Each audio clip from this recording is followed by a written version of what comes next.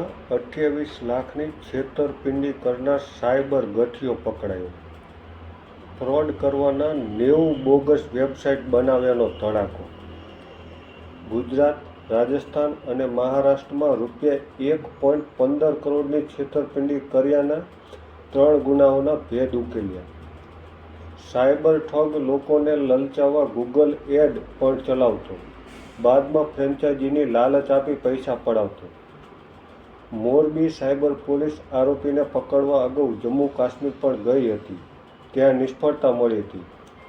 બાદમાં છત્તીસગઢ જઈ ત્યાં લોન્ડ્રીવાળા બનીને આરોપીને ઝડપી લીધો છે. ત્યારે આજે મોરબી જિલ્લા પોલીસ વડાએ એક પ્રેસ કોન્ફરન્સ યોજી આરોપી અંગે માહિતી આપી હતી. ત્યારે શું કહી રહ્યા છે મોરબી જિલ્લા પોલીસ વડા, જુઓ.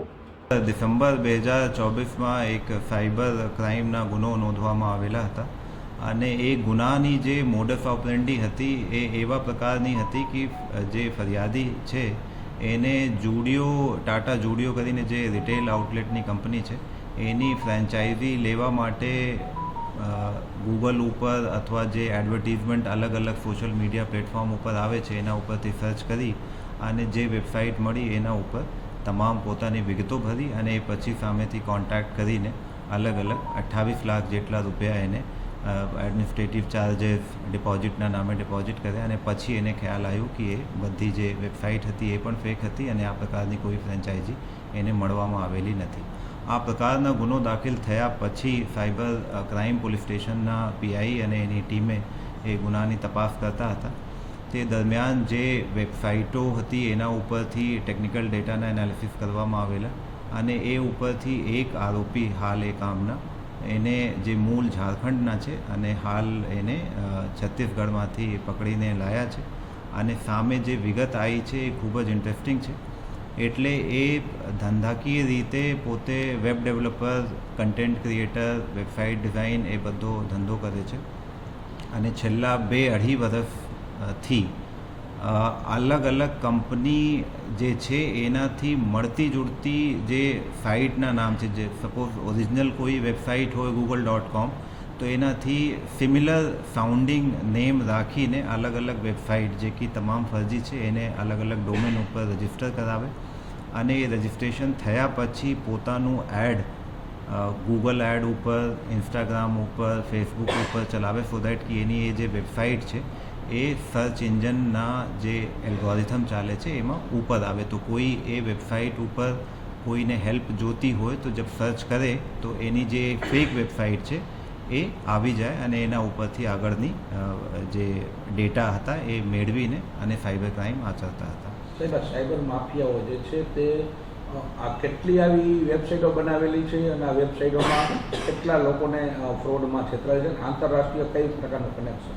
જી, હાલ જે ઇન્વેસ્ટિગેશન અત્યાર સુધીની ઇન્વેસ્ટિગેશનમાં ટોટલ 90 એટલે 90 જેટલી અલગ અલગ કંપની, ઇવન કેટલાક જે ગવર્મેન્ટની સ્કીમ છે, સપોઝ પીએમ જન ઔષધિ કેન્દ્રના નામે પીએમ જે કોઈ બીજા લોનના વેબસાઇટો છે એનાથી સિમિલર સાઉન્ડિંગ વેબસાઇટ પણ બનાવવામાં આવેલા છે અને લોકોને છેતરવાના પ્રયાસ કર્યા છે. સાથે સાથે ભારતીય જે સીએનજી પંપ કરીને એની પણ ઘણી બધી વેબસાઇટો બનાવી છે કે સીએનજી પંપની ફ્રેન્ચાઇઝો લોકો મેળવી શકે.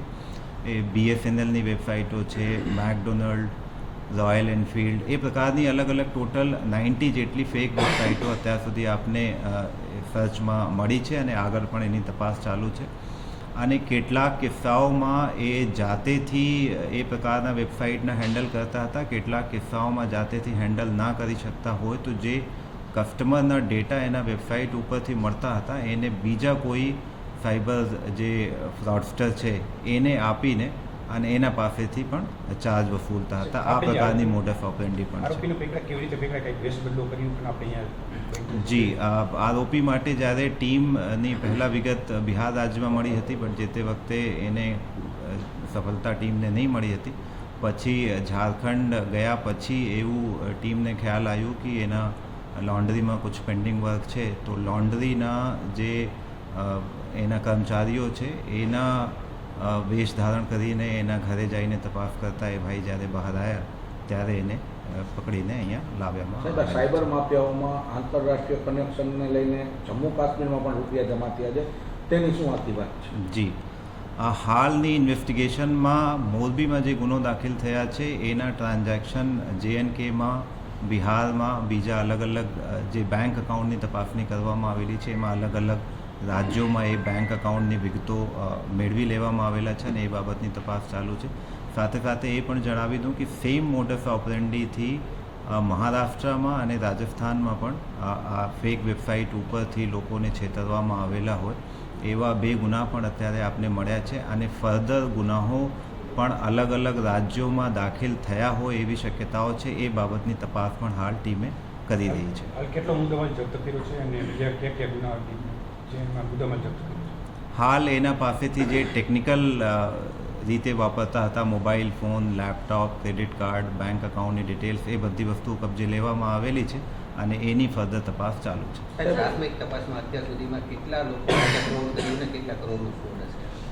એ હાલ કહેવાનું મુશ્કેલ છે કેમ કે એના વેબસાઇટ ઉપર જે લોકોએ રજીસ્ટર કર્યા છે એના ડેટા અત્યારે આપણે કલેક્ટ કરી રહ્યા છીએ.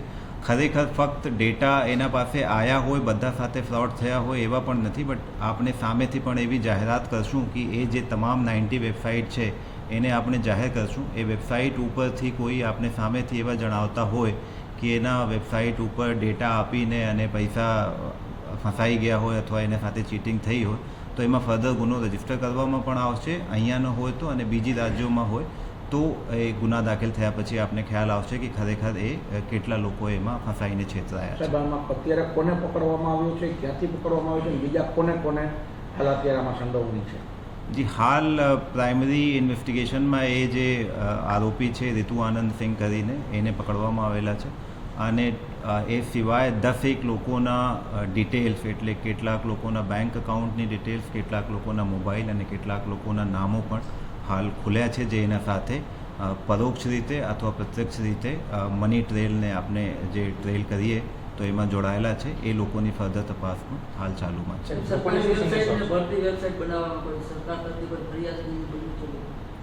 એ અત્યારે જે મેં વાત કરી PM જન ઔષધિ કેન્દ્રના ઉપરથી એને વેબસાઇટ બનાવ્યા છે, બટ ખરેખર એ વેબસાઇટ ઉપર જઈને કોઈ સાથે છેતરપિંડી થઈ છે કે કેમ એ એક વખત ખરાઈ કર્યા પછી વધુ વિગતો ખ્યાલ આવશે. લોકોને શું સંદેશો આપશો આવી રીતે જે સાયબર ફ્રોડના બનતા હોય છે? લોકોને એક બિલકુલ સિમ્પલ એવા એક મેસેજ છે અને સાયબર ક્રાઇમથી બચવા માટે જે સૌથી અગત્યના ઇમ્પોર્ટન્ટ મેસેજ પણ છે. આપને અલગ અલગ માધ્યમથી અવારનવાર એ બાબતના અવેરનેસ પણ કરીએ છીએ. આપને કોઈ પણ જાતનું સપોર્ટ જોતા હોય ઇન્વેસ્ટમેન્ટથી રિલેટેડ, તમે કોઈ એજન્સી લેવા ઈચ્છતા હોય, તમારી બીજી કોઈ પણ ઇન્ટરનેટ ઉપર ટ્રાન્ઝેક્શન કરવા ઈચ્છતા હોય તો એને વગર વેરિફિકેશન કોઈ સંજોગોમાં તમારી જે કોઈ અંગત માહિતી છે, અંગત ફાઇનાન્શિયલ માહિતી પણ અને અંગત પોતાની જે માહિતી છે એ કોઈ સંજોગોમાં વગર વેરીફાઈ કરે કોઈ પણ લિંક, કોઈ પણ વેબસાઇટ, કોઈ પણ બીજા મેસેજિંગ એપ ઉપર એ ના આપવામાં આવે એ ખાસ અનુરોધ છે. અને એ ના કરવામાં આવે તો કોઈ સંજોગોમાં એવા પ્રકારની જે છેતરપિંડી છે એ ક્યારેક આપણી સાથે બનશે નહીં.